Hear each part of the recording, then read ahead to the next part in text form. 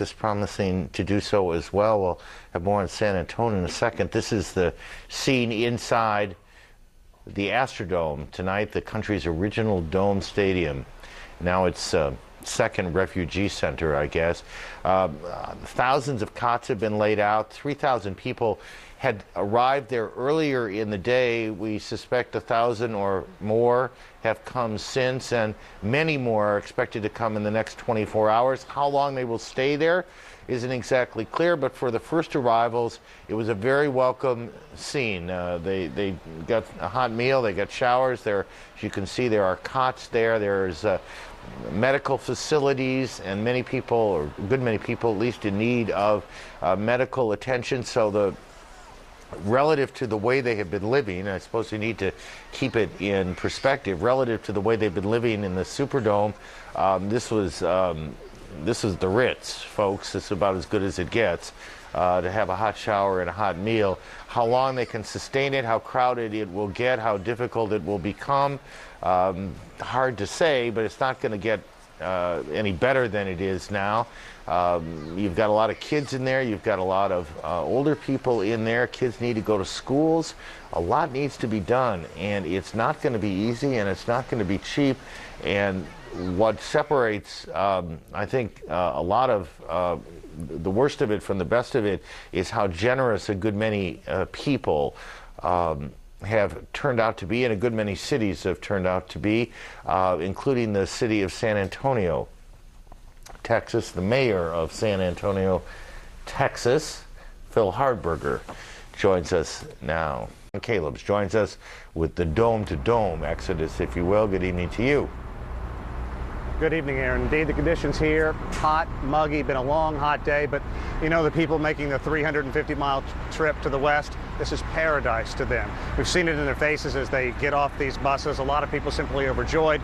However, that is also masking a certain degree of people who are suffering from post-traumatic stress after what they endured in that dome over the past several days. We talked to the Red Cross, one of the organizations monitoring this facility here, and they say some people get off these buses, they look at the Astrodome, they suddenly flash back to the Superdome, and they refuse to go inside.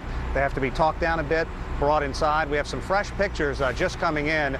Authorities here allowed one pool camera to go in at a very high level and shoot. Now, yesterday when we went in there, all these cots were spaced out in a perfect line. Everyone had been chalked off. Well, that's changing a little bit as people come in. They want a little bit of privacy. They want some breathing room. They're beginning to move the cots around. There are more than 5,000 people inside the Astrodome at this point. So, Aaron, certainly this little city behind me is beginning to take shape. Now, once people get here, first they're given food. If they need a doctor, there are medical staffs. There's medical personnel inside. They're also offered a fresh change of clothes, and the showers inside both locker rooms inside this former pro sports facility are running around the clock, so people can go in, get cleaned up when they want to, and come back out and try to have some semblance of a normal life. Sean, I'm a little squeezed on time, so as quickly as you can on some of these. How many people, you know, it's starting to look kind of crowded down on the floor there. How many people can it hold on the floor? Very difficult to say. We know that they say they're prepared to hold 24,000. So on the floor, we know there are only about 5,000 to 6,000 in there now, and it's almost crammed in. People telling us they feel crammed in like sardines. They're starting to flash back to what they experienced before the storm hit the Superdome. Is it the Red Cross that is running the operation? Now, FEMA is running the operation. However, the Red Cross is kind of the point personnel they bring out to talk to us periodically. And they're having obviously to serve a lot of meals. Are they getting hot food, or are they getting MREs?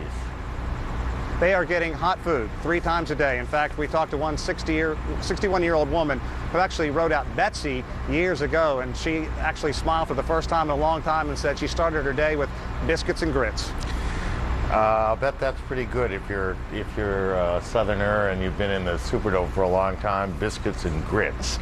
Sean, thanks for your efforts tonight. You've been there for about 24 hours. We appreciate that very much. Sean Caleb's outside the Astrodome in Houston as we quickly back to the Astrodome. We were talking about this. Sean Caleb's joins us. We were talking about this, 10, 15 minutes ago. The place was starting to look crowded. It's apparently too crowded. Too crowded, exactly right, Aaron. Officer N.J. McDougal, just over there, came out and spoke with us a short time ago. Astrodome is not taking in any more evacuees. In fact, these buses here that have been on the road for more than a dozen hours have just been told, you know what, go find another city. So at this point, after these people have been on the bus for all these hours, and you can imagine how frustrated and upset they are, they're now heading out somewhere else. We don't know what other city. It could be San Antonio, could be Dallas. This is unbelievable. Somebody said, because you reported it, somebody said their place could hold 25,000 people. Now that to me seemed pretty cockamamie, but they're not even close to that. Well, we thought by using every nook and cranny, if they were going to use the various club levels, things of that nature, they're nowhere near 25,000. And if this is the way they're planning, boy, these people who have coming from New Orleans, who have been through so much, are just going to be boiling once they hear all this information. Also, I got to tell you that the officer just told us a minute ago that he just had a report of a death inside. They are now trying to figure out what happened. And we saw somebody being carried off one of those buses. There was no air conditioning. The windows wouldn't open. They literally carried this elderly gentleman off. Really ugly situation here. Now, I will go back to the original reporting here. These bus drivers, the people on them were told they had to go someplace else. Do you believe that they know where it is they're going? I mean, it's one thing whether we know where they're going. It's another thing if they know where they're going. Do they know? Well, they have been told to go somewhere by some officer who is not speaking with us. I can only, I know your mantra. Let's report what you know, not what you think you know. And at this point, I can only tell you they were talked to by the officers and they turned around and went somewhere. So we can only presume they know where they're going, but they're going to be going with a bus load of hopping mad individuals. And how many buses? Well, there were 3 right here, and let alone, I mean, they said, in fact, I talked to the Red Cross spokesman a few hours ago, and she said tomorrow was going to be the big day for bringing people in. So what's going to happen to all those people? This is a story that is going to get... I'm sorry, Sean, what are there, about 40 people on a bus? No, I counted there are about 12 to 15 rows, and there are at least sometimes 8 across. So they can hold somewhere between 50 and 75 as near as I can tell.